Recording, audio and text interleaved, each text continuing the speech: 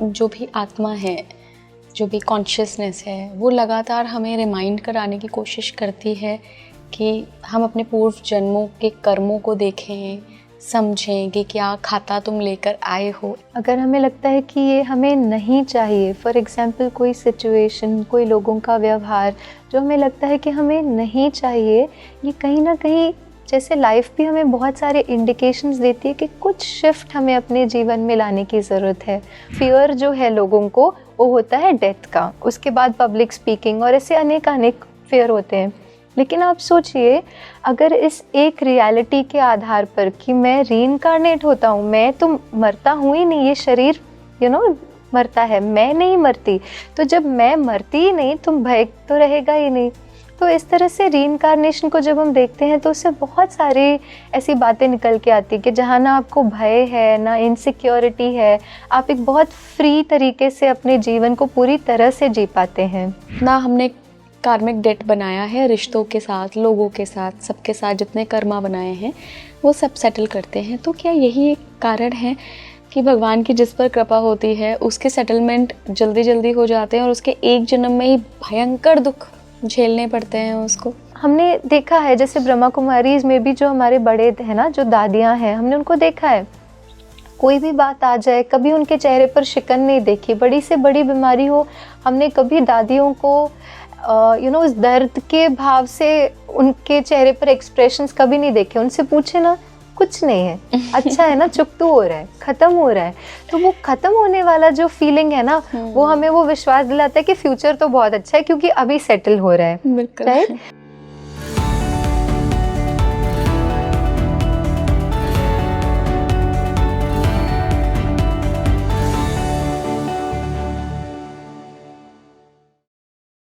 नमस्कार भारत, आप देख रहे हैं स्पीकिंग ट्री। मैं हूं आपके साथ इला गोस्वामी। सबसे पहले आप सभी से मेरा एक प्रश्न है कि आप में से कितने लोग ऐसे हैं जिनको ये अवेयरनेस है, जिनके अंदर ये जागृति आ चुकी है इतनी सारी पॉडकास्ट देख के, आध्यात्मिक जर्नी पर आकर, कि आप एक शरीर नहीं बल्कि एक आत्मा है और आप एक बहुत सुंदर से सफ़र पर निकले हैं। ये आत्मा कई जन्मों से सफ़र करती आई है। मुझे कमेंट बॉक्स में बताइएगा। साथ ही ये भी बताइएगा कि क्या आप रीइंकार्नेशन की थ्योरी में बिलीव करते हैं, क्योंकि आज इस थ्योरी को ही हमने प्रैक्टिकल रूप से समझने की कोशिश की है। मेरी जो आज की मेहमान हैं वो एक रिसर्च का पार्ट रही हैं। बहुत गहनता से उन्होंने ये रिसर्च करी है, जिसमें कुछ पार्टिसिपेंट्स थे जिन पर रिसर्च की गई है, शोध किया गया पता लगाने के लिए कि क्या वाकई में पुनर्जन्म होते हैं, क्या पूर्व जन्मों की याद हमें आती है, अगर आती है तो उसका इस्तेमाल हम इस जन्म को अच्छा बनाने के लिए और अपनी यात्रा को सुंदर बनाने के लिए कैसे कर सकते हैं। यकीन मानिए बहुत ही रोचक पॉडकास्ट है, बहुत इंसाइटफुल पॉडकास्ट है। और आपके जीवन में अगर कोई भी रिश्ता आपको परेशान कर रहा है, आप किसी भी दुख से पीड़ित हैं और आपको लग रहा है कि मेरे साथ ही ऐसा क्यों हो रहा है, बार बार मैं ही क्यों फंस रहा हूँ मुसीबत में, या ये रिश्ते मुझे ही क्यों परेशान कर रहे हैं, तो ये पॉडकास्ट सचमुच आप तक भगवान नहीं पहुँचाया, यूनिवर्स चाहता है कि आपकी प्रॉब्लम्स का हल आपको इस पॉडकास्ट के बाद मिले। आपने बहुत लोगों से सुना होगा कि कलयुग का अंत हो रहा है, हम सतयुग की तरफ जा रहे हैं, एक साइकिल कंप्लीट हो रहा है। तो इस साइकिल को कंप्लीट करने में आपका क्या योगदान है, कैसे आपके कार्मिक डेट चुकता हो रहे हैं, आप उनको चुका रहे हैं और फिर आपकी आत्मा एक नए सफ़र पर जा रही है, हमने इसको भी डिस्कस किया है। मैं अपने मेहमान का इंट्रोडक्शन आपसे कराऊंगी। मुंबई से खास इस पॉडकास्ट पे शामिल होने के लिए आई हैं मेरे साथ spiritual speaker and author BK Ritu दीदी। दीदी बहुत स्वागत है आपका स्पीकिंग ट्री पर। दीदी, रीइंकार्नेशन के बारे में मैं देख रही हूँ कि पूरा इंटरनेट भरा पड़ा है, सबको इस टर्म से अलग ऑब्सेशन हो गया है, सब जानना चाहते हैं इसके बारे में, और ख़ास करके अपनी पास्ट लाइफ की जर्नी के बारे में, अपने फ्यूचर के बारे में।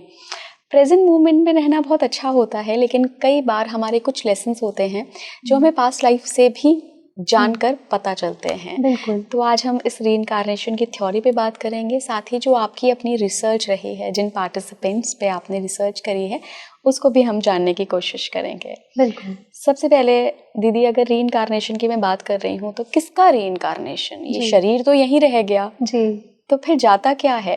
आत्मा जाती है, तो ये फील कैसे करें हम? बिल्कुल। क्या ये मुमकिन है? बिल्कुल, जैसे रिसर्च की भी जो हम बात कर रहे हैं, इस रिसर्च का टॉपिक ही है eternal journey of the soul, आत्मा की ये यात्रा through the lens of soul consciousness. तो आत्मा की अवेयरनेस, आत्मिक अवेयरनेस के आधार पर जो हम अनुभव कर सकते हैं उसको कैप्चर किया गया है इस रिसर्च के द्वारा। अब जैसे आपने कहा कि शरीर तो यहीं रह गया, हम अपने अपने धर्म के रिचुअल्स के अकॉर्डिंग या फिर हम शरीर को जलाते हैं या दफनाते हैं या जो भी हमारे रिचुअल्स हैं हम उन्हें फॉलो करते हैं, लेकिन कुछ तो है जो इस इटर्नल जर्नी पे चल रहा है, और वो है वो चेतनता, वो आत्मा, रूह, जिस भी नाम से हम उस आत्मा को बुलाएं, वो है जो इस यात्रा पर है। अब ये बहुत सुंदर सवाल जो आपने पूछा है इला जी कि उसे हम कैसे अनुभव करें, तो इसके लिए हम एक छोटी सी एक्सरसाइज करते हैं जो हम चाहेंगे कि जो हमारे व्यूअर्स हैं वो भी हमारे साथ इसे अनुभव करें। हम कुछ मोमेंट्स के लिए बिल्कुल निश्चिंत होकर कहीं बैठ जाएं। यदि हमारे हाथ में कोई सामान है, कुछ चीज़ है, तो उसे हम साइड पे रख दें और धीरे से महसूस करें कि आपका शरीर बहुत रिलैक्स होते जा रहा है। शरीर का एक एक अंग बिल्कुल स्थिर होते जा रहा है।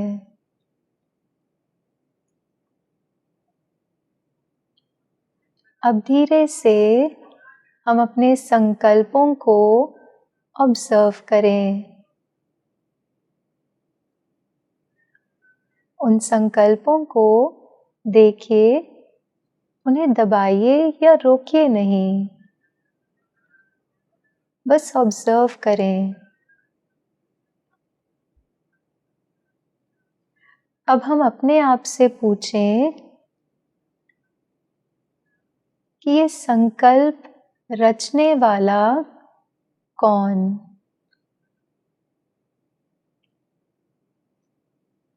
मैं इन संकल्पों का रचता। ये संकल्प अलग और मैं अलग।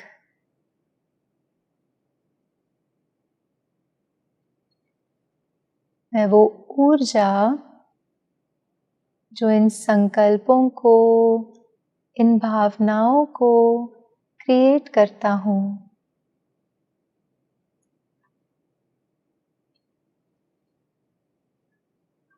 मैं शरीर से अलग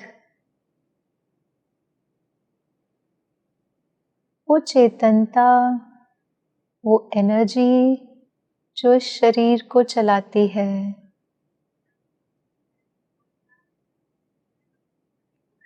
अब इस अवेयरनेस के साथ हम अपने आगे के कार्य में एंगेज हों, लेकिन इस अवेयरनेस को बनाए रखें।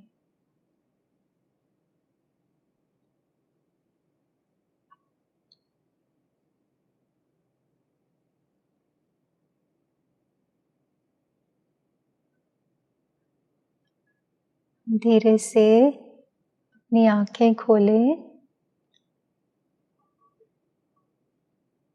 और उस अवेयरनेस में स्थित रहें कि मैं कौन।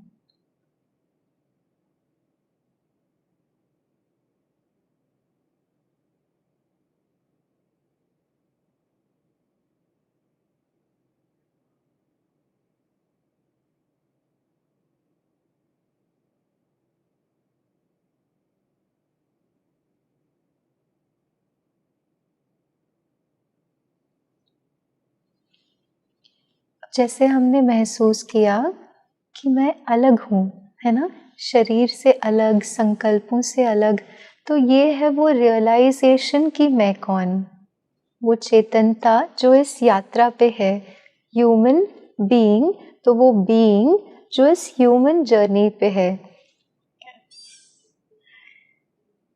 शायद यही वो अनुभव है जो जब हम आध्यात्मिक यात्रा पर निकल पड़ते हैं तो जी, हमें होता है, और फिर हम इसको चमत्कार बता देते हैं कि यार कुछ तो था जो मुझसे अलग था, और शायद यही वो आत्मन है, यही वो आत्मा है, यही वो सोल है जी, जो ये सब अनुभव कर रही है। जी, बिल्कुल। और क्योंकि ऐसे छोटे-छोटे अनुभव जब हमें जीवन में होने लगते हैं, क्योंकि आत्मा वो दिव्य शक्तियों से भरपूर है, तो कहीं न कहीं फिर वो हमें क्यों हम अपनी आध्यात्मिक जर्नी शुरू कर देते हैं, क्योंकि वो दिव्य शक्तियाँ जो है वो मुझे इन और खींचती है अपनी तरफ। वो शक्तियाँ जो हम महसूस कर पाते हैं, वो शक्तियाँ हमें और लगता है कि हम कैसे उन शक्तियों के आधार पर अपने जीवन को जिएँ। दीदी, क्या ऐसा होता है कि जो भी आत्मा है, जो भी कॉन्शियसनेस है, वो लगातार हमें रिमाइंड कराने की कोशिश करती है कि हम अपने पूर्व जन्मों के कर्मों को देखें, समझें कि क्या खाता तुम लेकर आए हो, ऐसा होता है? बिल्कुल। देखिए, एक्चुअली जो भी हमारे आसपास हो रहा है ना, अगर हमें लगता है कि ये हमें नहीं चाहिए, फॉर एग्जांपल कोई सिचुएशन, कोई लोगों का व्यवहार जो हमें लगता है कि हमें नहीं चाहिए, ये कहीं न कहीं जैसे लाइफ भी हमें बहुत सारे इंडिकेशंस देती है कि कुछ शिफ्ट हमें अपने जीवन में लाने की ज़रूरत है। उसी तरह से हमारे अंदर से भी बहुत सारे ऐसे इंडिकेशंस आते हैं कि कुछ हमें, जैसे अगर हम मंदिर जाते हैं, गुरुद्वारे जाते हैं या कोई भी ऐसी डिवाइन प्लेस में जाते हैं, तो कहीं ना कहीं हमें बहुत शांति फील होती है और हमें लगता है कि हाँ, ये मुझे चाहिए था। लेकिन क्योंकि हम उस फीलिंग को इग्नोर करके हम फिर से अपने पुराने जीने के तरीके, पुरानी चीज़ों में इतने उलझ जाते हैं कि हम भूल जाते हैं कि शायद हमें किस चीज़ की ज़रूरत है ना। तो अंदर कहीं ना कहीं वो रहता है कि मुझे शांति चाहिए। अब ये क्या है, ये अंदर से कॉलिंग है ना कि हम इस जर्नी को शुरू करें या इस शांति को अनुभव करें। तो आपकी बात बिल्कुल सही है कि हमें कहीं ना कहीं वो खोज रहती है, लेकिन क्योंकि हम इतना उलझे हुए रहते हैं अपनी आध्यात्मिक अवेयरनेस के अलावा बाकी चीज़ों में इतने उलझे रहते हैं कि शायद हम उस कॉलिंग को कई बार इग्नोर कर देते हैं। इस रिसर्च पे मैं बात करना चाहती हूँ, जो रिसर्च रीइंकार्नेशन को लेकर हुई थी। क्या थी ये रिसर्च, कितने पार्टिसिपेंट्स थे जी। और क्या एक सेट था पूरा जिन लोगों पे आपने रिसर्च की कि पर्टिकुलर इस फील्ड के हैं या स्पिरिचुअली अवेकेंड हैं, क्या था? हाँ जी, जैसे 108 पार्टिसिपेंट्स जो रिस्पोंडेंट्स थे, ज़्यादा करके ये वही लोग थे जो more than 5 years Rajyoga meditation and lifestyle की प्रैक्टिस करते हैं। जैसे राजयोगा मेडिटेशन जो ब्रह्मा कुमारीज के द्वारा सिखाया जाता है, उन्हीं के मेंबर्स पर ये रिसर्च की गई थी और वही रिस्पोंडेंट्स थे। तो ज़्यादातर जितने भी पार्टिसिपेंट्स थे, जैसे मैं अगर आपसे नंबर्स शेयर करूं तो मोर देन 87 पार्टिसिपेंट्स या रिस्पोंडेंट्स वो थे जो हर रोज़ अपने जीवन में मेडिटेशन की प्रैक्टिस भी करते थे और जो स्पिरिचुअल कंटेंट है, जैसे ब्रह्मा कुमारीज में हम मुरली कहते हैं या कोई ना कोई आध्यात्मिक क्लासेस के द्वारा वो रोज़ स्पिरिचुअल कंटेंट भी कंज्यूम करते हैं और मेडिटेशन भी करते हैं। ऐसे पार्टिसिपेंट्स ज़्यादा थे।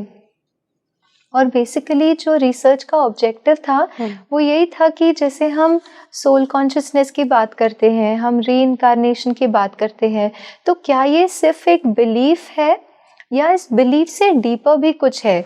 क्या पार्टिसिपेंट्स जो अपनी आध्यात्मिक जर्नी पर ऑलरेडी है, उस यात्रा में चल रहे हैं, क्या वो इस रीइंकार्नेशन का अनुभव भी कर सकते हैं? क्योंकि हमें अच्छा बहुत लगता है ना कि बहुत अच्छी कोई चीज़ है रीइंकार्नेशन, हमने और भी जन्म लिए होंगे, ये सारी बातें हमें अच्छी लगती है। लेकिन अगर हम स्पिरिचुअलिटी की बात करें तो वो शायद सिर्फ अच्छे लगने से बहुत डीप है ना। वो एक रियलिटी के बेसिस पे स्पिरिचुअलिटी सिर्फ एक अंधश्रद्धा नहीं कहेंगे, लेकिन जिए हुए अनुभवों के आधार पर क्या हम कह सकते हैं कि रीइंकार्नेशन होता है। ये ऑब्जेक्टिव था इस स्टडी का। तो क्या इसके रिजल्ट्स थे? क्या लोगों को ये एक बिलीफ सिस्टम के तौर पे ही, जैसे हमें बचपन से बताया जाता है कि ये तुम्हारा पहला जन्म नहीं है, गीता में भी बहुत सारे जन्मों की बात कही गई है, वहाँ बहुत क्लियरली मेंशन है कि आत्मा तो हर बार अपना कपड़ा चेंज करती है, शरीर धारण करती है नया। तो ये बिलीफ सिस्टम का हिस्सा है या फिर एक्चुअली लोगों ने वो अपने पुराने जन्मों को देखा या आगे के जन्मों को देखा? जी, ये बहुत इंटरेस्टिंग क्वेश्चन है, क्योंकि यही आधार है ना ये प्रूव करने का कि रीइंकार्नेशन है या सिर्फ एक बिलीफ है या सच में इट इज़ अ रियलिटी।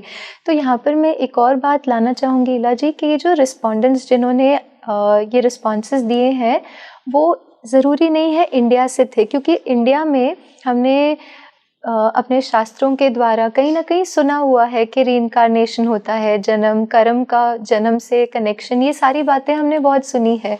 लेकिन ये रिसर्च जो है इसमें एक बहुत बैलेंस्ड वे में रिस्पोंडेंट्स को चुना गया। जैसे रिस्पोंडेंट्स इंडिया से भी थे, यूके से थे, श्रीलंका, इंडोनेशिया, इस तरह से अलग अलग कंट्रीज से, सिंगापुर, इस तरह से अलग अलग कंट्रीज से रिस्पोंडेंट्स को चूज़ किया गया। और विशेष मेल एंड फीमेल का भी एक बैलेंस, क्योंकि कई बार कहते हैं ना कि फीमेल बहुत सेंसिटिव होती हैं, इंट्यूटिव होती हैं, तो हमने ये प्रयास किया कि एक बैलेंस्ड हो। ऑलमोस्ट जैसे अगर मैं आपसे कहूँ 57 रिस्पोंडेंट्स फीमेल रिस्पोंडेंट्स थे और 51 मेल रिस्पोंडेंट्स थे, तो उसका भी एक हमने बैलेंस एक प्रयास किया है कि हो। साथ ही अगर हम जो स्पिरिचुअल जर्नी की भी बात करें तो बहुत कम, जैसे सिर्फ 10% से कम ऐसे रिस्पोंडेंट्स थे जो स्पिरिचुअल जर्नी में 5 साल से कम से थे। तो ये सारी बातों के आधार पर कहीं ना कहीं जो बहुत गहराई से अपनी आध्यात्मिक यात्रा में थे, जैसे 40% से भी ज़्यादा रिस्पोंडेंट्स जो हैं वो 20 साल से ज़्यादा राजयोगा मेडिटेशन का अभ्यास कर रहे थे, मोर देन 40%। तो वो एक लंबा समय है जहाँ पे आत्मा अपने पर काम कर चुकी है।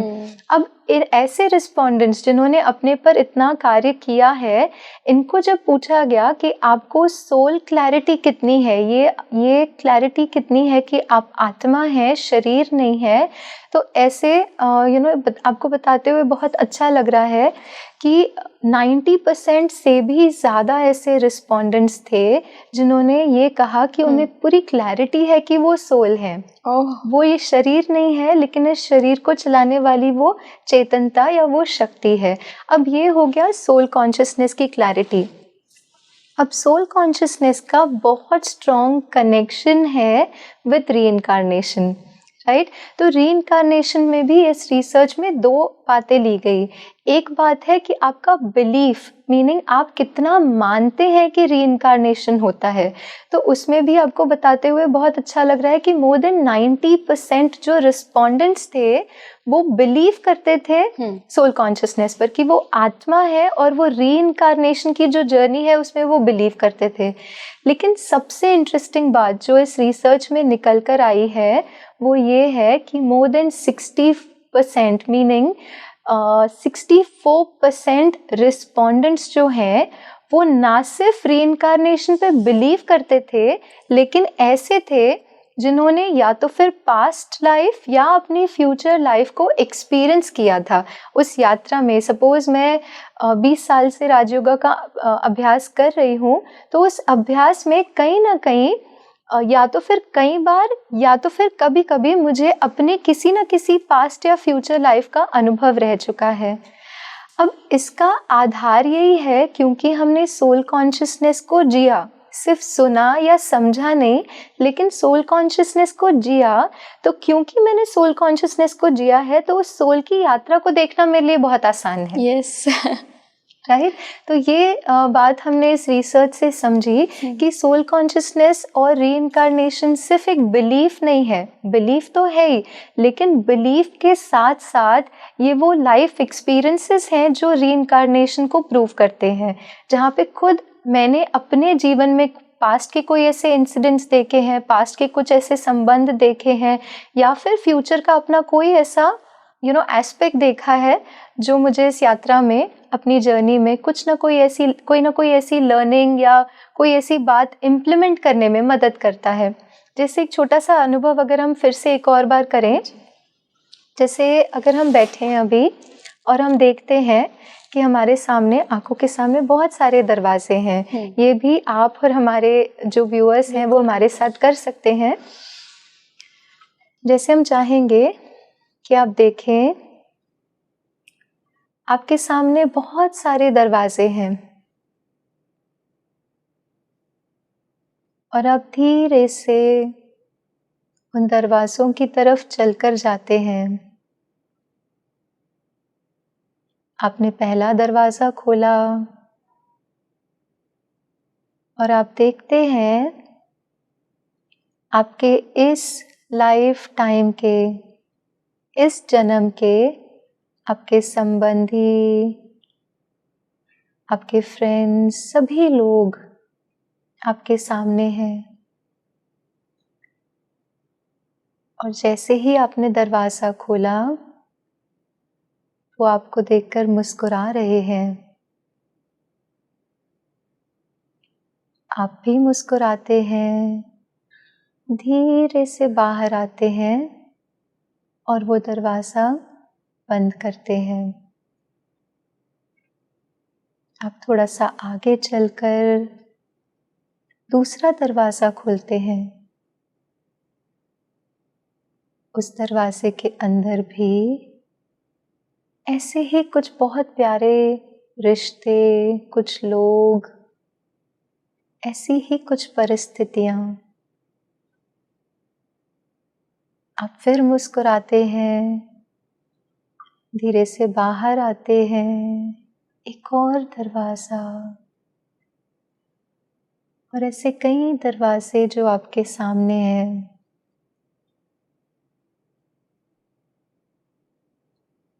ये समझ कि मुझ आत्मा ने ऐसे अनेक जन्म लिए हैं।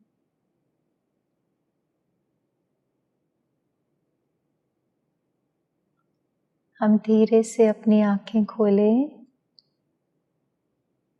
और फिर से हम जिस स्थान, जिस एनवायरनमेंट में हैं, उसको लेकर अवेयर हो जाएं।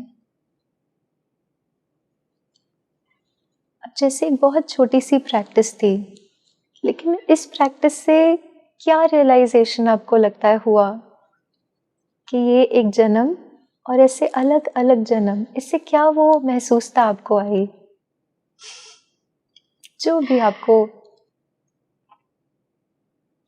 पता नहीं, मतलब दीदी ये थोड़ा सा अलग तरीके का अनुभव है जी। मैं खुद को तो देख ही नहीं पा रही थी जी पर हाँ मैं बाकी लोगों को सबको देख जी पा रही थी। जी एक बहुत अलग सा अनुभव था, बिल्कुल।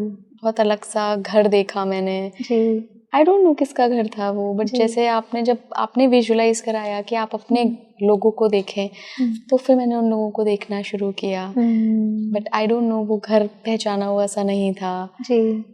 वो सीढ़ियाँ पहचाने वैसी नहीं थी, वो फ्लावर्स पहचाने वैसे नहीं थे जो मैंने देखा। बिल्कुल बिल्कुल, दैट्स वंडरफुल, है ना। तो कहीं ना कहीं ये रियलाइजेशन कि ये लाइफ टाइम है और ऐसी और कुछ जन्म हमने लिए हैं। अब इसको अगर हम प्रैक्टिकली अपने जीवन में यूज़ करें, लाइफ में अगर हम इसको यूज़ करना चाहें, तो देखिए जैसे कोई बहुत बड़ी बात हो गई हमारे सामने, कोई बहुत बड़ी डिफ़िकल्टी, चैलेंज, फाइनेंशियल इशू आ गया, कहीं ना कहीं ये रियलाइजेशन कि ऐसी तो कई बातें मैंने हैंडल की है ना, और वो होके वो सब बातों को देख के क्रॉस करके मैं यहाँ तक आई हूँ, तो मन क्या होता है, मन बहुत रिलैक्स हो जाता है। कोई बात नहीं, आत्मा ने अपनी जर्नी में ऐसा बहुत कुछ देखा है, राइट। तो वो रियलाइजेशन। एक और रियलाइजेशन हो सकता है कि जैसे कई बार हम अपने रिलेशंस में बहुत इनसिक्योर्ड, कई बार बहुत फियरफुल रहते हैं, बहुत पोजेसिव, अटैच्ड रहते हैं। अब क्या होता है, क्योंकि हमें लगता है कि हमारा सारा लाइफ तो इन्हीं के बेसिस पर है ना, ये है तो हम ठीक हैं। अब जब हम देखते हैं कि अच्छा ये संबंध इम्पोर्टेंट है, ये संबंध बहुत प्यारे हैं, लेकिन आत्मा ने ऐसे ही तो और संबंध कितने बनाए हैं और उनको छोड़कर हम यहाँ तक पहुँचे हैं ना। आज मैं जहाँ हूँ, जिस एनवायरनमेंट में हूँ, ऐसे पहले भी तो कहीं था। तो हम किस चीज़ को लेकर इतना फियर, इतनी इनसिक्योरिटी, इतने इमोशनल टर्बुलेंसेस। आज अगर हम देखें किसी एक व्यक्ति, हम कई बार मिलते हैं ना, कई लोगों से मिलते हो, कहते हैं कुछ ठीक नहीं चल रहा है लाइफ में, तो जब हम थोड़ा सा डीपर उसमें जाने की कोशिश करते हैं तो ये समझते हैं कि कोई एक संबंध जिसको उन्होंने बहुत इम्पोर्टेंस दी, वो रिश्ता ही उनके लिए जैसे उनकी पूरी लाइफ था, उस एक संबंध में अगर कुछ ऊपर नीचे हो जाए हमारी स्थिति, क्योंकि हमने उसको इतना होल्ड करके रखा हुआ है ना। अब ये अवेयरनेस के ऐसे कई संबंध हमारे जीवन में पॉजिटिव और बहुत प्यारे रह चुके हैं, लेकिन आत्मा तो यात्रा पर है ना। अब जैसे मैं सपोज मुंबई से जा रही हूँ कश्मीर, तो मैंने ट्रैवल किया मुंबई से दिल्ली, हम फ्लाइट में आए, दिल्ली से फिर लेट्स से मैंने ट्रेन लेकर जम्मू कश्मीर गई। अब फ्लाइट में जब मैं ट्रैवल कर रही थी, बहुत कंफर्टेबल सीट थी, बहुत अच्छा था, मुझे बहुत अच्छा लग रहा था, और मेरे को पैसेंजर्स भी बहुत अच्छे थे। लेकिन जैसे ही दिल्ली आया, मैंने ये नहीं कहा नहीं नहीं ये कुर्सी तो मेरी है, मैं नहीं छोड़ूंगी, नहीं नहीं ये पैसेंजर्स तो मेरे हैं। क्यों? क्योंकि मुझे अवेयरनेस है दैट मैं ट्रैवलर हूँ और मुझे आगे की जर्नी पर जाना है। अब मैं ट्रेन में गई तो फिर मैं ये नहीं सोच रही हूँ कि अच्छा मुझे वापस प्लेन में जाना है, मुझे वापस अब वही फ्लाइट में जाना है, वही सीट चाहिए, वही को पैसेंजर्स चाहिए। जो नए को पैसेंजर्स थे हमने उनसे मिले, उनसे बातें की, राइट। तो कहीं ना कहीं ये अवेयरनेस कि हम अपनी यात्रा पर हैं हमारी प्रेजेंट की बहुत सारी ऐसी इश्यूज और प्रॉब्लम्स को सॉल्व कर देता है, जो इमोशनल प्रॉब्लम्स हम फेस करते हैं ना। और वहाँ पर एक और बहुत सुंदर चीज़ जो इस रिसर्च में निकल के आई है वो है पीसफुलनेस विद डेथ। एक क्वेश्चन था कि क्योंकि ये रिस्पोंडेंट्स वो थे जिन्होंने राजयोगा का अभ्यास बहुत समय से किया है, तो कहीं ना कहीं उन्हें ये अंडरस्टैंडिंग है कि वो रीइंकार्नेट करेंगे, तो उन्हें मृत्यु से भय है या नहीं। और एक बहुत सुंदर चीज़ जो ऑब्जर्व की गई वो ये थी कि ज़्यादातर पार्टिसिपेंट्स, मोर देन 60% पार्टिसिपेंट्स ये कहते हैं कि हमें डेथ से कोई फियर नहीं है। आज अगर हम रिसर्चर्स को और भी साइंटिफिक रिसर्चर्स को देखें, सबसे पहले नंबर का फियर जो है लोगों को वो होता है डेथ का, उसके बाद पब्लिक स्पीकिंग और ऐसे अनेक फियर होते हैं। लेकिन आप सोचिए अगर इस एक रियलिटी के आधार पर कि मैं रीइंकार्नेट होता हूँ, मैं तो मरता हूँ ही नहीं, ये शरीर मरता है, मैं नहीं मरती, तो जब मैं मरती ही नहीं तो भय तो रहेगा ही नहीं। तो इस तरह से रीइंकार्नेशन को जब हम देखते हैं तो उससे बहुत सारी ऐसी बातें निकल के आती कि जहाँ ना आपको भय है ना इनसिक्योरिटी है, आप एक बहुत फ्री तरीके से अपने जीवन को पूरी तरह से जी पाते हैं। दीदी, मृत्यु का भय जो है उसमें भी मैंने एक चीज़ ऑब्जर्व की है कि लोगों को अपनी मृत्यु का भय नहीं है, लोगों को अपने अपनों की मृत्यु का भय है कि मेरे परिवार वाले को कुछ ना हो जाए, मेरे माँ बाप को कुछ ना हो जाए, मेरे बच्चों को कुछ ना हो जाए। तो उन्हें ये डर नहीं है कि मैं शरीर छोड़ दूंगा फिर मैं कहाँ जाऊँगा। उनको ये डर है कि यार मैं जिससे इतना अटैच हूँ, अगर ये चला गया तो मेरा क्या होगा। बिल्कुल। अब जैसे हमने देखा ना दिल्ली टू कश्मीर की जो जर्नी थी, सोचिए अगर मैं वहाँ फ्लाइट में बैठे मेरे जो को पैसेंजर हैं मैं उनको पकड़ लेती हूँ और मैं कहती हूँ नहीं मैं आपको नहीं जाने दूंगी। अब हो सकता है उनकी जर्नी जो है वो कश्मीर ना होकर उन्हें कहीं और जाना हो। फॉर एग्जाम्पल उनकी आगे की जर्नी कोलकाता है, अब मैंने उनको पकड़ लिया और मैंने कहा नहीं मैं आपको नहीं छोड़ूंगी, मैं आपको नहीं जाने दूंगी। हम ऐसा कभी किसी को करते हुए नहीं देखते हैं। क्यों नहीं देखते? क्योंकि हमें अवेयरनेस है कि ट्रैवलर है, है ना। तो अपने मृत्यु का भय या अपनों के जाने का भय, इन ईदर केसेस हमें सोल कॉन्शियसनेस और रीइंकार्नेशन बहुत हेल्प करता है। लेकिन वो constant practice, the time of being, उस समय पर जब कोई हमें छोड़कर जा रहे हैं, किसी की हेल्थ का कोई इशू है या किसी का कुछ ऐसे हो गया, उस समय पर यदि हम ये प्रैक्टिस करें तो शायद थोड़ा डिफ़िकल्ट है। लेकिन एक ऑन गोइंग बेसिस पर जब हम ये प्रैक्टिस करते हैं सोल कॉन्शियसनेस की, तो वो हमें एक डिटैच्ड एंगेजमेंट सिखा देता है। अब डिटैच्ड एंगेजमेंट जो है ये एक बहुत पावरफुल स्पिरिचुअल टूल है। फॉर एग्जाम्पल अगर मैं आपसे कहूँ कि आपकी जो बुक है वो बुक को आप अपनी आँखों के बहुत पास लेकर आएँ, एकदम पास, और कुछ पढ़ने की कोशिश करें, नहीं पढ़ पाएंगे। अगर वो बुक हमने लेकर वहाँ दूर कहीं रख दी और फिर आप पढ़ना चाहें तो आप नहीं पढ़ेंगे। इसलिए आपने क्या किया, वो बुक को अपने लैप पे रखा, क्योंकि वो राइट डिस्टेंस क्रिएट कर रहा है जिससे आप उस टेक्स्ट को देख पा रहे हैं। अब सोल कॉन्शियसनेस संबंधों में यही करता है, वो राइट स्पेसेस को क्रिएट करता है। हम इतना अटैच्ड नहीं हो जाते कि हम चीज़ों को देख या समझ नहीं पाए, और हम इतना दूर भी नहीं हो जाते कि बस हमें तो किसी से कोई मतलब नहीं या हमारे तो किसी से इतना कोई अटैचमेंट नहीं। एक राइट वे ऑफ एंगेजमेंट। अब मैं सारा दिन जब इस अवेयरनेस में हूँ कि मैं भी यात्री हूँ और मेरे साथ भी जो है वो भी आत्मा है और वो अपनी यात्रा में है, तो ऑटोमेटिकली उनके मृत्यु का भय भी चला जाता है। क्यों? क्योंकि वो भी तो अपनी यात्रा पर है। हमने उस कोलकाता वाले को नहीं कहा नहीं आपको तो मेरे साथ कश्मीर ही जाना है। वही होता है जब हम अपने सारे जीवन में उस अवेयरनेस को क्रिएट करते हैं। दीदी, ये सफ़र कब ख़त्म होता है? एक्चुअली आप अगर देखेंगे, जैसे कहते हैं ना मोक्ष भी कई बार कहते हैं, इस सफ़र को ख़त्म करने की जब बात करते हैं, तो अगर मैं आपसे पूछूं कि यूजुअली हम मोक्ष कब चाहते हैं, जैसे कोई कहता है कि बस अब मुझे और नहीं जीना है या और इस यात्रा में नहीं रहना है, चांसेस है कि जब हम लाइफ में खुश नहीं है तब हम मोक्ष चाहते हैं। तब हम, या फिर अगर एक सिचुएशन ले ले जब सब कुछ परफेक्ट है, मेरे रिलेशंस बहुत सुंदर हैं, इतने प्यार से भरपूर संबंध, हमारे सिचुएशंस भी ठीक है, बहुत रेयरली तब आपने किसी से सुना होगा कि भाई मुझे तो मोक्ष चाहिए, है ना।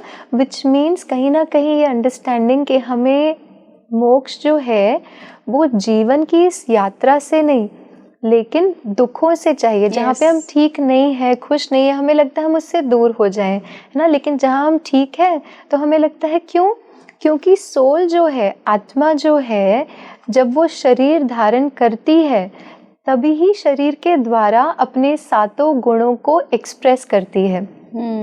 तो ये जो 7 गुण आत्मा के हैं, सुख, शांति, आनंद, प्रेम, पवित्रता, ज्ञान और शक्तियाँ, ये आत्मा के गुण हैं। लेकिन आत्मा को ये एक्सप्रेस और एक्सपीरियंस तभी ही हो पाएंगे जब वो शरीर धारण करती है, राइट। तो इसलिए हम कहीं ना कहीं जो आत्मा का पर्पस है कि इन गुणों को शेयर करना, एक्सपीरियंस करना, वो जब तक नहीं करते तो आत्मा का पर्पस ही फुलफिल नहीं हो रहा है। तो कहीं ना कहीं मोक्ष से ज़्यादा हम ये एफर्ट करें कि जितना जितना हम इन गुणों के आधार पर व्यवहार कर रहे हैं, तो जो दुख का शांति है उससे हमें ज़रूर मोक्ष मिल जाएगा। हम मृत्यु के भय पे बात कर रहे थे, मैं इस पर कुछ और भी जानना चाहती हूँ कि रीइंकार्नेशन या पिछले जन्मों को याद करना या उनमें बिलीव करना, ये भय से मुक्ति कैसे देता है? जी, ये बहुत इंटरेस्टिंग क्वेश्चन है। देखिए, जैसे अगर हमें ये समझ में आ गया कि मैं तो मरती ही नहीं, अभी हम क्यों फियर क्रिएट कर रहे हैं, क्योंकि मैं मर गई मतलब मेरा सब कुछ खत्म हो गया, मेरे संबंध खत्म हो गए, मेरा अस्तित्व खत्म हो गया, और तब मैं फियर क्रिएट करती हूँ कि सब कुछ जो है वो छूट जाएगा, इसलिए वो फियर क्रिएट हो रहा है। But the reality is, and the good news is कि मैं तो मरती ही नहीं है ना। जब मैं मरती ही नहीं, क्योंकि मैं तो एनर्जी हूँ, energy can neither be created not destroyed, वो तो परमानेंट है, सदा है। तो जो सदा है उसके ख़त्म होने का तो फिर हमें कभी फियर ही नहीं रहेगा। तो ये आधार है मृत्यु के भय को ओवरकम करने का, मेडिटेशन के द्वारा या उस अपनी यथार्थ अवेयरनेस को पहचान कर अपने जीवन को जीने का। अच्छा, जो पार्टिसिपेंट्स थे इस रिसर्च में, जिन्होंने रीइंकार्नेशन को फील किया या अपने पुराने जन्मों के ग्लिम्पसेस देखे, क्या ये राजयोग मेडिटेशन की प्रैक्टिस करते थे? तो राजयोग मेडिटेशन ने इनेबल किया उनके अंदर वो अवेयरनेस लाकर कि वो देख पाए वो जन्म? जी, देखिए, जैसे हम रीइंकार्नेशन की बात करते हैं ना, तो सबसे पहले तो एक है हमारा कॉन्शियस माइंड जो सोच रहा है। अभी हम बात कर रहे हैं तो हम कुछ ना कुछ सोच रहे हैं, राइट। जैसे ही हमारा ये कॉन्शियस माइंड साइलेंट होता है, इमीडिएटली जो हमारे पास्ट मेमोरीज और एक्सपीरियंसेस हैं या फ्यूचर के कोई ऐसे इंसिडेंट्स हैं, वो सबकॉन्शियस से सरफेस पर आ जाते हैं। अब इसी टेक्निक को जो डॉक्टर्स हैं, साइकोलॉजिस्ट हैं, वो यूज़ करते हैं पास्ट लाइफ रिग्रेशन जैसी थेरेपीज में भी, राइट, जहाँ पे वो कॉन्शियस को साइलेंट करते हैं और सबकॉन्शियस से उन मेमोरीज को इमर्ज करते हैं जो सबकॉन्शियस में या संस्कार के रूप में स्टोर्ड है, राइट। उसी तरह से राजयोग का क्या करता है कि क्योंकि मैंने मेडिटेशन के द्वारा अपनी आत्मिक स्थिति के द्वारा यहाँ से डिस्कनेक्ट हो गई, राइट, मैं आत्मा हूँ, मैं ये शरीर नहीं हूँ, शरीर का भान छूटा, तो इस शरीर से संबंधित जो भी है, चाहे मेरे रिश्ते, चाहे मेरे पदार्थ, प्रॉपर्टी, जो भी आप कहें ना।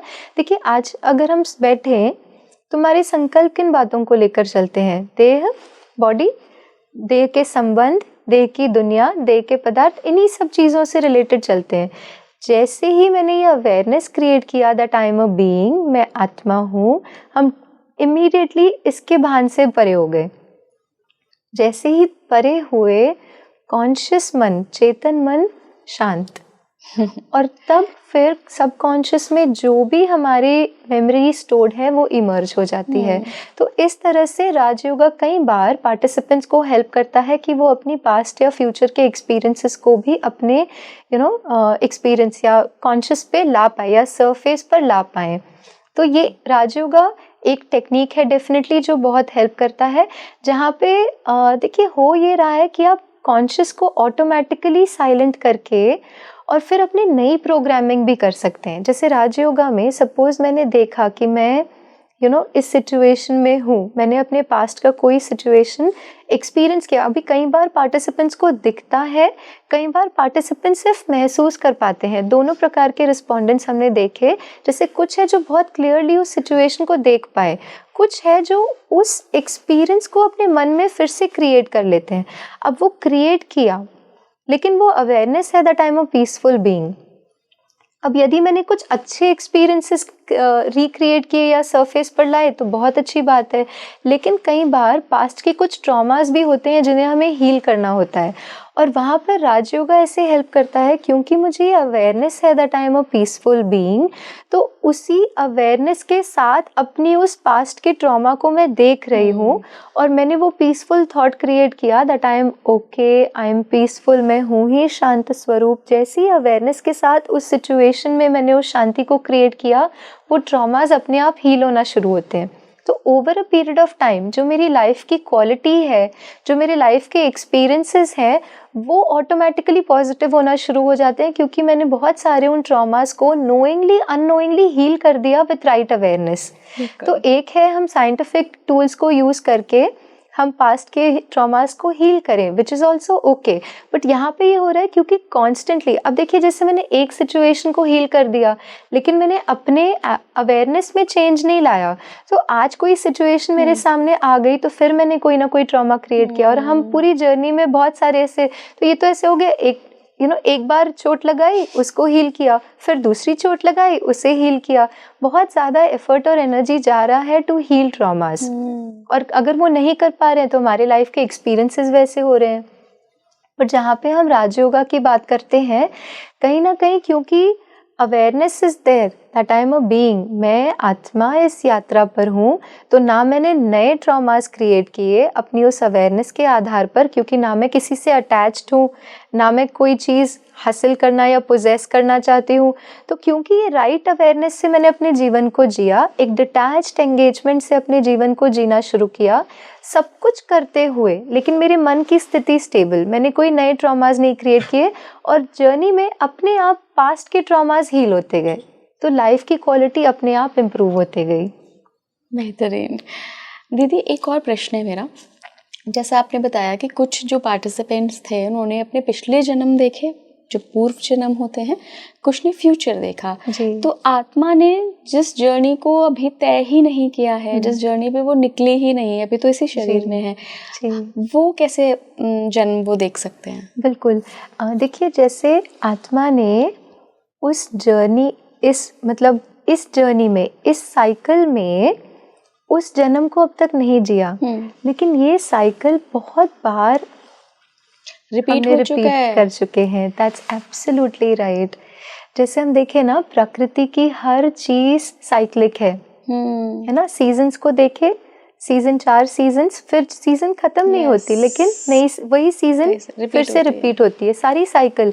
अगर हम दिन और रात के भी साइकिल को देखें, सुबह दोपहर शाम रात, रात के बाद हम ये नहीं कहेंगे कि वो दिन पूरा हुआ, लेकिन लाइफ की जर्नी तो चल रही है, फिर से एक नई सुबह आई।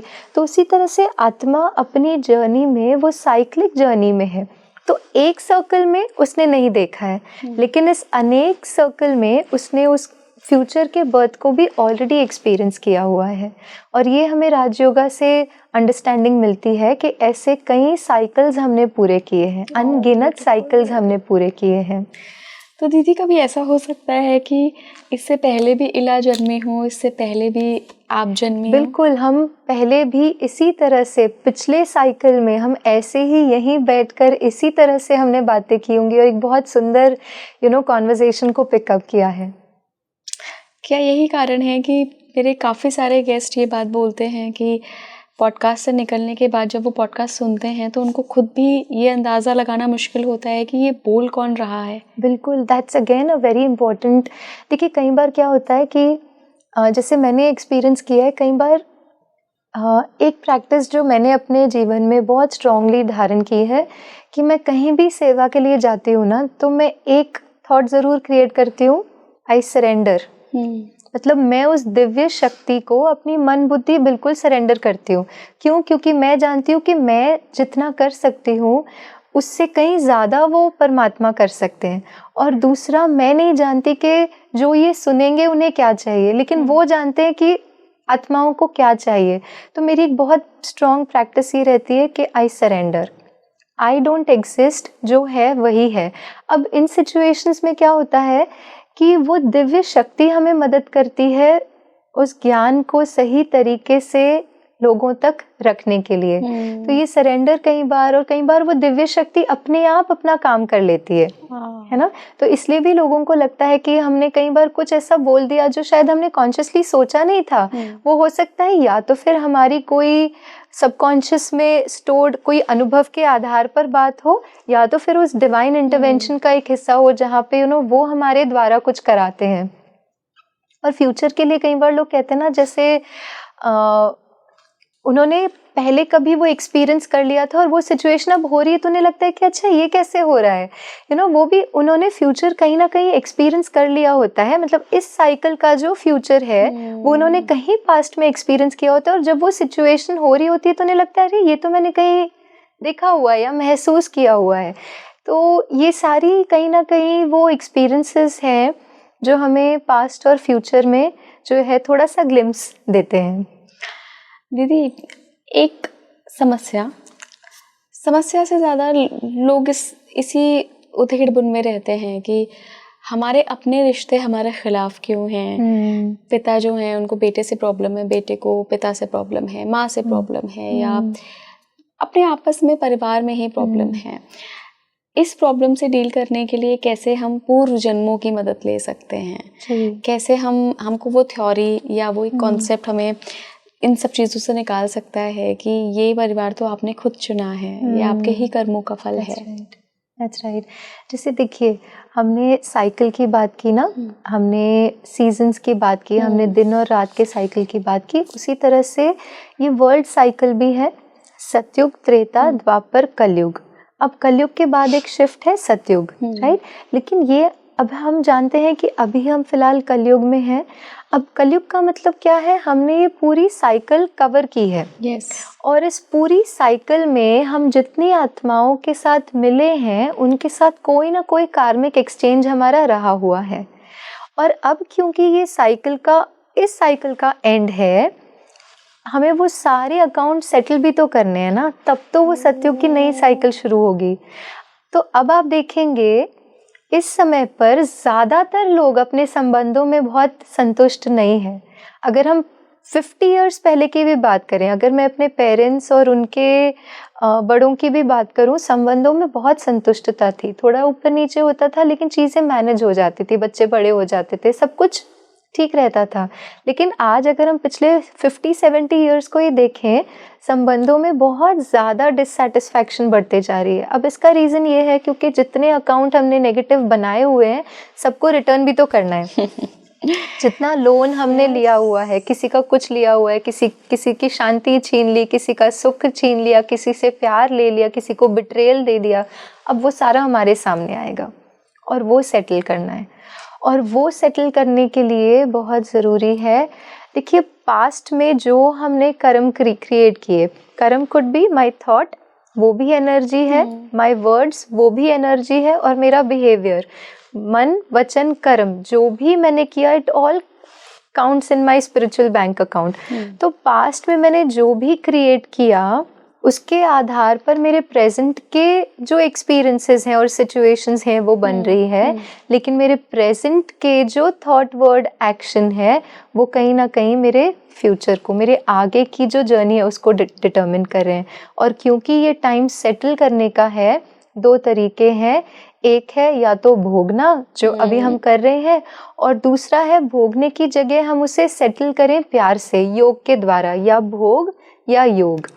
योग मीनिंग मेडिटेशन में जितना हम उस राइट अवेयरनेस के आधार पर, मैं कौन, वो सोल, वो राइट अवेयरनेस क्रिएट की, आत्मा के इन गुणों को क्रिएट किया कि मैं हूँ ही शांति स्वरूप, मैं सुख स्वरूप, मैं शांति स्वरूप, मैं शक्ति शक्तियों से संपन्न, जैसे ही ये थॉट्स क्रिएट किए, मैंने अपने उन कर्मों के उस स्पिरिचुअल अकाउंट में क्रेडिट करना शुरू कर दिया।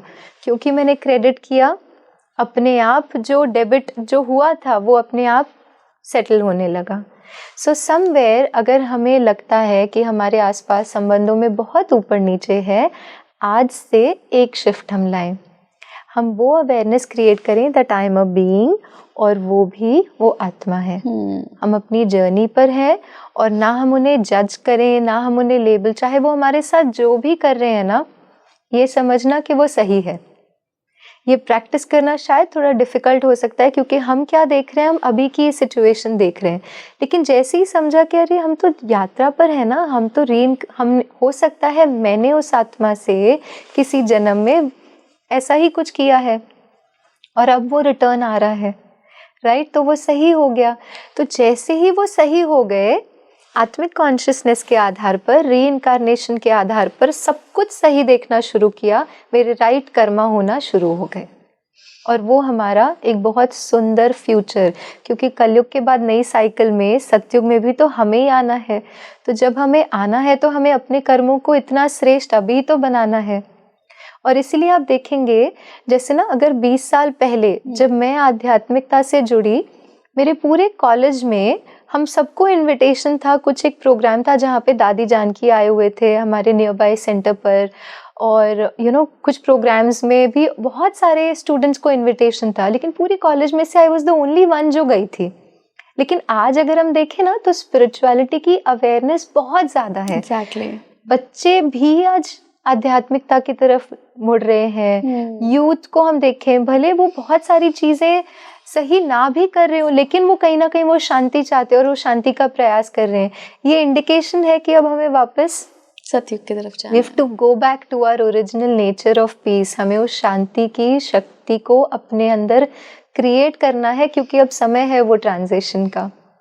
दीदी, आपने कहा कि हम अपने कार्मिक सेटलमेंट करते हैं, तभी हमको जितना हमने कार्मिक डेट बनाया है, रिश्तों के साथ, लोगों के साथ, सबके साथ जितने कर्मा बनाए हैं वो सब सेटल करते हैं। तो क्या यही एक कारण है कि भगवान की जिस पर कृपा होती है उसके सेटलमेंट जल्दी जल्दी हो जाते हैं और उसके एक जन्म में ही भयंकर दुख झेलने पड़ते हैं उसको? That's beautiful. देखिए, जैसे परमात्मा जो है उनको हम गॉड फादर, खुदा दोस्त, माता पिता कहते हैं ना, तो ये समझना कि अब पेरेंट हर बच्चे के साथ समान होंगे। तो वो तो हर बच्चे को उतने ही वो कृपा की दृष्टि से देखते हैं, तो वो तो डिफरेंशिएट नहीं करते हैं। हाँ, हमारी अपनी अवेयरनेस और हमारे अपने कर्मा हमें हेल्प करते हैं कि हम सेटल करें। अब आपकी एक बात जो आपने बहुत सुंदर बताई कि क्यों कुछ लोगों को ज़्यादा चैलेंजेस आते हैं, आपकी बात बिल्कुल सही है कि कई बार जब हमें बहुत जल्दी जल्दी सेटल करना होता है ना, तो किसी बहुत बड़े रूप से वो बात हमारे सामने आ जाती है और वो चुकतू हो जाती है। और यहीं पर सोल कॉन्शियसनेस और रीइंकारनेशन की नॉलेज हमें बहुत हेल्पफुल होती है, क्योंकि हमें ये समझ आ जाता है कि हमने तो सेटल किया ना। अब जब हम लोन ले रहे थे तब दुखी नहीं हुए, तो अब सेटल करने के टाइम क्यों, अब तो फ्री हो रहे हैं ना, हम चुकतू हो रहा है। तो कोई बहुत बड़ी बीमारी आ गई, तो हमने देखा है जैसे ब्रह्मा कुमारीज में भी जो हमारे बड़े हैं ना, जो दादियाँ हैं, हमने उनको देखा है, कोई भी बात आ जाए कभी उनके चेहरे पर शिकन नहीं देखी। बड़ी से बड़ी बीमारी हो, हमने कभी दादियों को उस दर्द के भाव से उनके चेहरे पर एक्सप्रेशंस कभी नहीं देखे। उनसे पूछे ना, कुछ नहीं है, अच्छा है ना, चुकतू हो रहा है, खत्म हो रहा है। तो वो खत्म होने वाला जो फीलिंग है ना, वो हमें वो विश्वास दिलाता है कि फ्यूचर तो बहुत अच्छा है, क्योंकि अभी सेटल हो रहा है, राइट। तो बिल्कुल ये हमारे एवरीडे लाइफ में हमें बड़ी से बड़ी बात फेस करने में भी बहुत हेल्प कर रहा है। सेटल हो गया ना, कोई बात नहीं। अगर कोई पैसे का हमारा नुकसान हो जाता है, कोई हमें धोखा दे देता है, रिटर्न हो गया ना, खत्म हो गया, अच्छा है। तो ये नहीं कि हम अपनी सिचुएशंस में ऐसी अपनी लाइफ में ऐसी सिचुएशंस क्रिएट करें कि ऐसा सब हो जाए, नहीं। लेकिन कोई बात आ गई तो इस नॉलेज के आधार पर कि मैं आत्मा हूँ, मैं यात्रा पर हूँ और मुझे एक नया जन्म अपने कर्मों के आधार पे लेना है, इस नॉलेज के आधार पर जो भी परिस्थिति आई हमने उसे बहुत सहज हैंडल कर लिया। और अपने उस अकाउंट को सेटल कर लिया। अब सेटल करने के टाइम अगर मैं और सोच रही हूँ मेरे साथ ऐसा हुआ, उन्होंने ऐसा किया, तो मैं इनफैक्ट और अकाउंट क्रिएट कर रहा हूँ। उसकी जगह पर इस नॉलेज के आधार पर उसे हम सेटल करें। नेगेटिव थॉट नहीं क्रिएट किए तब वो सेटल होंगे, नेगेटिव थॉट क्रिएट किए तो और ही अकाउंट बढ़ रहा है फिर। दीदी कई बार होता है कि हमको जाने अनजाने बहुत नए नए तरीके के लोग, बहुत नई नई फील्ड के लोग मिल जाते हैं। मेरा तो ये काम है कि मैं हर दिन अलग अलग देश विदेश के लोगों से मिलती रहती हूँ, लेकिन जनरल बहुत से लोगों की जर्नी मैंने देखी है कि उनको ट्रेन में कोई मिला और उनका बहुत अच्छा कोई दोस्त बन गया, बहुत अच्छा कोई भाई बहन बन गई। तो क्या ऐसे लोग भी कोई ओल्ड सोल होते हैं जिनका बहुत अलग अलग देशों के लोगों से कार्मिक अकाउंट होता है और इस जन्म में फिर वो चुकता कर रहे होते हैं किसी न किसी रूप में? बिल्कुल। देखिए क्या होता है, सोल अपनी जर्नी पे, जैसे हम देख रहे हैं कि आज मैं उनसे ट्रेन में मिली और अचानक से इतना ब्यूटीफुल कनेक्शन बन गया। ठीक है, अब ये एक सिचुएशन है, मुझे क्यों लग रहा है कि अचानक से एक सिचुएशन, क्योंकि मैं सिर्फ इस जन्म को देख रही हूँ, तो इस जन्म में हम पहली बार मिले हैं। लेकिन हो सकता है अपनी जर्नी में, जैसे ना जो आत्माएं जिनके साथ हमारा बहुत क्लोज कार्मिक कनेक्शन रहता है ना, उनके साथ हम बार बार आते हैं, चाहे वो कार्मिक कनेक्शन पॉजिटिव हो या नॉट सो पॉजिटिव हो, हम बार बार उनके साथ आते हैं और वो एक्सपीरियंसेस क्रिएट करते हैं जब तक हमने वो साइकिल को, अगर नेगेटिव कार्मिक अकाउंट के आधार पर किसी आत्मा के साथ हम बार बार आ रहे हैं कनेक्शन में हर जन्म में, तो उसे ब्रेक करने का एक तरीका है, अब मैं राइट थॉट क्रिएट करूं, राइट वर्ड्स क्रिएट करूं, राइट बिहेवियर उनकी तरफ क्रिएट करूं, उससे वो पैटर्न टूटेगा। तो कहीं ना कहीं जिनसे भी हम मिलते हैं, बहुत चांसेस है कि वो इस पूरी यात्रा में कहीं तो हम उनसे मिलें, तब वो इंस्टेंट कनेक्शन या इंस्टेंट वो डिस्कनेक्टेड फील करना शुरू करते हैं हम। तो डेफिनेटली जैसे रिसर्च में भी अगर हम देखें ना, तो जो थीमेटिक एनालिसिस किया गया, जो एनालिसिस डेटा को जैसे एनालाइज किया गया, दो एस्पेक्ट से एनालाइज किया गया। एक था फजी एनालिसिस, जहाँ पे जो रिलेशन था between soul consciousness and reincarnation के जो एक्सपीरियंसेस है उनके बीच में रिलेशन देखा गया। और दूसरा है थीमेटिक एनालिसिस। थीमेटिक एनालिसिस में क्या होता है, आप एक थीम में कौन सी ऐसी बातें हैं जो रिस्पोंडेंट्स ने कही है जिसके आधार पे आपको लगता है कि ये जो वो कह रहे हैं वो सही है। अब थीमेटिक एनालिसिस में ये निकल के आया कि उन्होंने ऐसी बातें कही, जैसे कोई बच्चे ने जन्म लिया, जन्मते ही उसके कुछ संस्कार बहुत प्रोमिनेंट थे, उनके कोई टैलेंट बहुत प्रोमिनेंट उन्होंने देखा कि उनका ही बच्चा जन्मते ही बहुत आध्यात्मिक था, वो खाने में भी बहुत परहेज करेगा, घर पे सब कुछ खा रहे हैं, एनिमल प्रोडक्ट्स भी खा रहे हैं, लेकिन वो बच्चा पहले से ही नहीं खा रहा है। तो जन्मते ही उन्होंने देखा कि कुछ बच्चों में कोई ऐसी विशेषता है, या फिर उन्होंने देखा कि इस जन्म में अचानक से कुछ लोगों के साथ उनकी बहुत क्लोज कनेक्शन हो गए, कुछ लोगों के साथ उनकी बिल्कुल नहीं जम रही है। तो ये भी उस रिसर्च से निकल के आया कि कैसे पास्ट लाइफ और रीइंकार्नेशन और कर्मा का बहुत स्ट्रॉन्ग इम्पैक्ट है हमारे अभी के संबंधों में और अनुभवों में। बहुत सुंदर दीदी। मुझे लगता है कि अभी तक कमेंट सेक्शन के ज़रिए बहुत लोगों ने मुझसे कहा कि इला जी आप बहुत रीइंकार्नेशन पे बात करती हैं, बहुत पास्ट लाइफ्स को एक्सप्लोर करती हैं, इसका फ़ायदा क्या? तो ये पॉडकास्ट उन सभी लोगों के लिए होगा कि फ़ायदा है, आपकी प्रेजेंट लाइफ में फ़ायदा है कि अगर आपको ये अवेयरनेस आ जाए कि भाई मैं एक आत्मा हूँ और मैं एक जर्नी पे निकला हूँ, ये सारे रिश्ते मेरी उस जर्नी का ब्यूटीफुल पार्ट तो हैं, लेकिन ये जर्नी कंटिन्यू ऐसे नहीं रह सकती, एक और नई जर्नी आपको तय करनी है। ये फ़ायदा है रीइंकार्नेशन को जानने का, ये फ़ायदा है सोल जर्नी को जानने का। दीदी बहुत बहुत धन्यवाद, आपने इतने ब्यूटीफुल इंसाइट्स हमारे पॉडकास्ट में आज शेयर करे, और सबसे बड़ी बात कि उनके काम क्या आ सकता है, मेरी ऑडियंस उसको कैसे यूज़ कर सकती है। तो ज़रूर कुछ लेकर जाइएगा आज इस पॉडकास्ट से। धन्यवाद दीदी। Thank you. ओम शांति। ओम शांति। आप मुझे कमेंट बॉक्स में बताइए, और इसको एक तरीके का सर्वे ही समझिएगा कि आप में से कितने लोग हैं जो कि रीइंकार्नेशन की थ्योरी में बिलीव करते हैं, जो कि इस बात में बिलीव भी करते हैं और महसूस भी करते हैं कि हम ये शरीर नहीं बल्कि एक आत्मा है। जुड़े रहिए स्पीकिंग ट्री के साथ। नमस्कार।